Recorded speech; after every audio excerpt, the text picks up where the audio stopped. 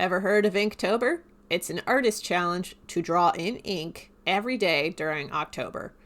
And I've been participating in this art challenge every year since 2017. However, this year I thought I would try something different.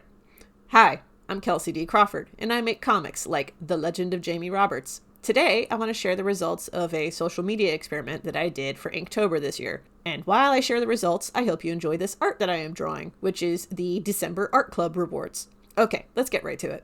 So, for Inktober of 2023, I would obviously do an ink drawing every day to participate in the challenge. However, I then thought to myself, what if I made a daily short video and posted these daily short videos on YouTube, TikTok, and Instagram? I wanted to see, with data and my own eyes and experience, what platforms got the most attention, the most growth, and had just an overall more pleasant experience when posting online. I went into this experiment with a couple of assumptions. Instagram had been performing worse up to this point, while with YouTube I had been doing live streams twice a week whenever time would allow. TikTok was kind of middling for me as I had stuff on there but did not update it on the regular.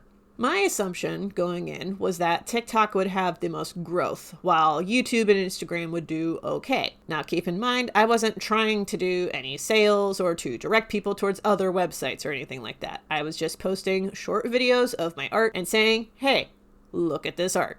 So I posted a new short video every day in October until about the 19th. Right around then, I pinched a nerve in my back right towards my tailbone and had to rest. So I took a day or two off, then recalibrated the schedule to post on all three platforms on weekdays. In the end, I did end up posting almost daily in October. I still feel like the results that I got were surprising and valid enough that I can share them here with you. So the first discovery that I made was that my hypothesis that TikTok would perform the best was wrong. I'll do a proper numbers breakdown in just a second, but it turned out that TikTok was actually my middling performer. All right, before I go any further, let's take a look at the numbers. At the start, here were the subscriber and follower counts on these platforms.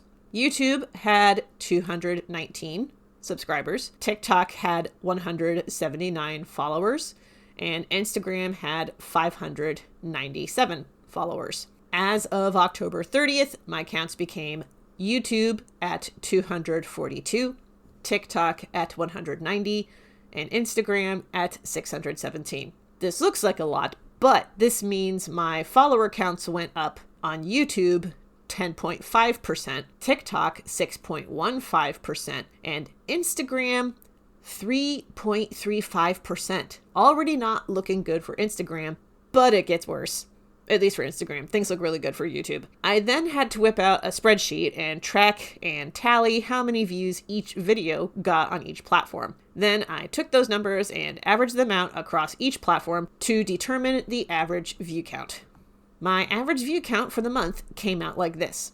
YouTube average 288 views each video, TikTok 237 views each video, Instagram Reels 172 views each video. So it's looking like YouTube and TikTok parse out almost evenly, but Instagram still performs the worst.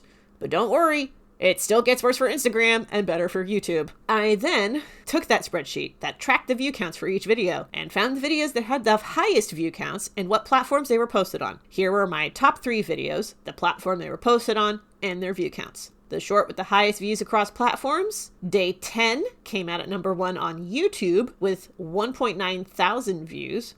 Day 3 came out second place on YouTube with 1.4 thousand views, but also on Instagram at 583 views, and that was the highest view count on Instagram across all the days. In third place, Day 1 on TikTok got 817 views. So the highest viewed video on Instagram came nowhere near close to the same view count as the highest performing video on TikTok. That said, I don't want to sing the praises of TikTok too much here. The highest view count that I had got on that platform was on Day 1. And then after that, the view count went to an average of about 250 views each video. Some videos got as low as 9 total, which puts that on par with some YouTube shorts and some Instagram reels. But all in all, it must be said that YouTube is the platform that had the highest subscriber growth, the most views, and the platform where my most popular videos got the most views.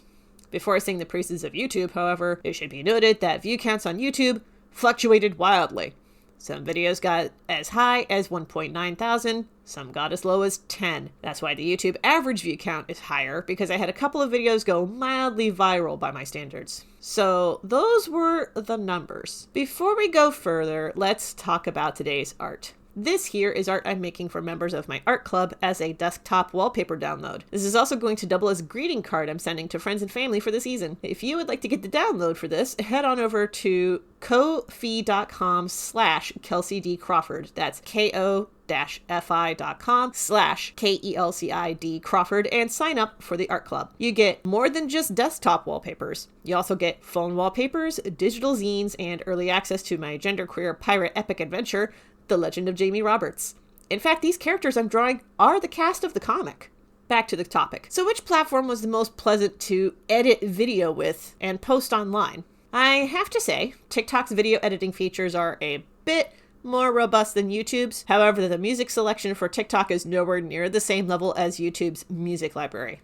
Instagram had a better music library than TikTok, and editing in Instagram is not stellar. Now, this could be because my TikTok account was a quote-unquote business account, which meant that certain tracks were off limits for commercial purposes, but even then, I feel like YouTube's music library is a little friendlier in this regard. Often I found myself on some days just uploading to TikTok first, because TikTok is easier to edit videos with, and then reposting that TikTok on YouTube and Instagram. Sometimes I would have to change the music, but when I could, I kept the music the same. Sometimes I would end up changing the music on YouTube because TikTok's music selection just sucks. Now here's a tricky bit that may be a pain in the ass for some of you. YouTube currently only allows a short to be 1 minute max. TikTok allows for 10-minute videos. I'm not sure if there is a time limit on Instagram Reels, but given that most Instagram Reels are just TikTok reposts, I would imagine that the time limits are very similar. Another thing to note too, you may be very tempted to try to figure out a pattern for the videos in order to nail down a formula to get the most views possible every time you upload.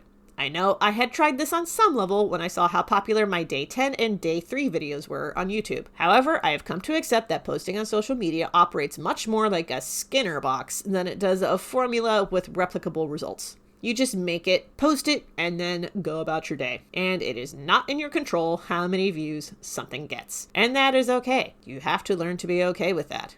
So yeah, ultimately my original hypothesis got debunked, and I learned that YouTube was the best performing platform during this social experiment. So what I'm going to do with this information is, well, clearly my frustrations with Instagram are verified. I got the scientific evidence that I needed that Instagram was not performing well. So I'm going to be transitioning away from Instagram and putting more energy into YouTube, at least. I have my reservations with TikTok as a platform, but that's a topic for a different video. I'm more interested in putting energy into YouTube because I already hang out on YouTube a lot. Not just making live streams every week, but I watch a lot of YouTube videos and streams. I'm one of those shills that pays for YouTube Premium, and I do not regret paying for YouTube Premium. Should you do an experiment like the one that I did? If you have the bandwidth to give it a try, I would say go for it. Your results may turn out differently than mine. Who knows? Maybe you'll find another platform that does even better numbers than the ones that I came up with during this experiment. For me, it was worth testing the hypothesis and running through this method to A, get my work out there more consistently, and B, determine which platform of the 3 that I was looking at that I would want to put more time and energy into to get the most return. Please let me know in the comments below if you found this useful in any way, or maybe you did something like this already and came up with similar or maybe different results. If you did something like this, I would love to hear about it. Now, this style of video is different from what I usually do. Usually I do live streams twice a week to show off my comics making process, and any videos that I make are usually about the behind the scenes aspects of working as an independent artist. If that sounds like your jam, consider subscribing. If you found this video useful, I hope you give it a like. That's all I've got for now. Thanks for watching. You are awesome.